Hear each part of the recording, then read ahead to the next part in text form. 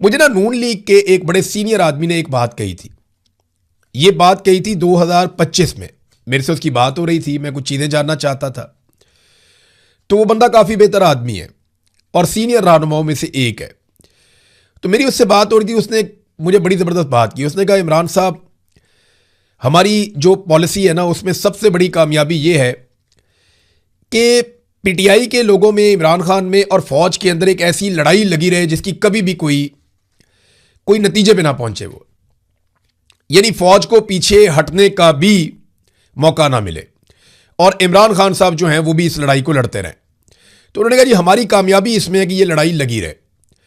देखिए, military establishment को सियासत से बाहर निकालना ये सारी पॉलिटिकल पार्टीज की जिम्मेदारी है और आजकल ये सारा बेड़ा इमरान खान साहब ने अपने कंधे पे उठाया हुआ है। फजलुर रहमान भी आजकल इसके बारे में बात करें, जो भी बात करेगा बात मकबूल हो जाएगी क्योंकि पाकिस्तानी इसको पसंद करते हैं। लेकिन कुछ लोग ऐसे हैं जो मां बहन की गंदी गाली भी दे देते हैं।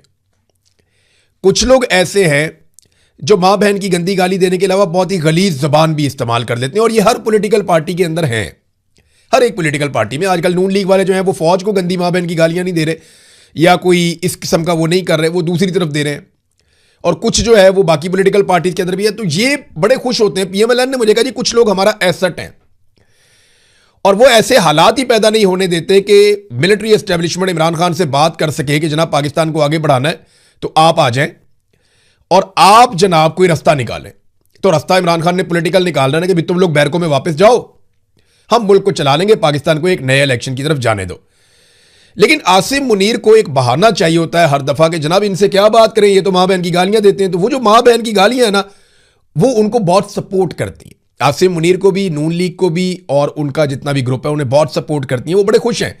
बल्कि उसने मुझे 2-4 लोगों के नाम लेकर बताया। उसने कहा, जी कभी भी ये फौज और पाकिस्तान तहरीक इंसाफ की बात नहीं होने देंगे। अच्छा, बात करने में मेरी नज़र में कोई हर्ज नहीं है। किसी को अगर आपने हटाना है गलत काम से तो आप उससे बात करके हटाएंगे ना, बंदूक से तो आप हटा नहीं सकते।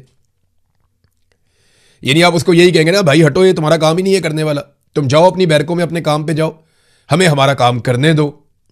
तो आप बात करके ही हटाएंगे ना। लेकिन वो बात की नौबत भी नहीं आती जब इस किस्म के उनको मिल जाते हैं लोग। बहरहाल ये उसकी राय थी और मैंने आपके सामने रख ली।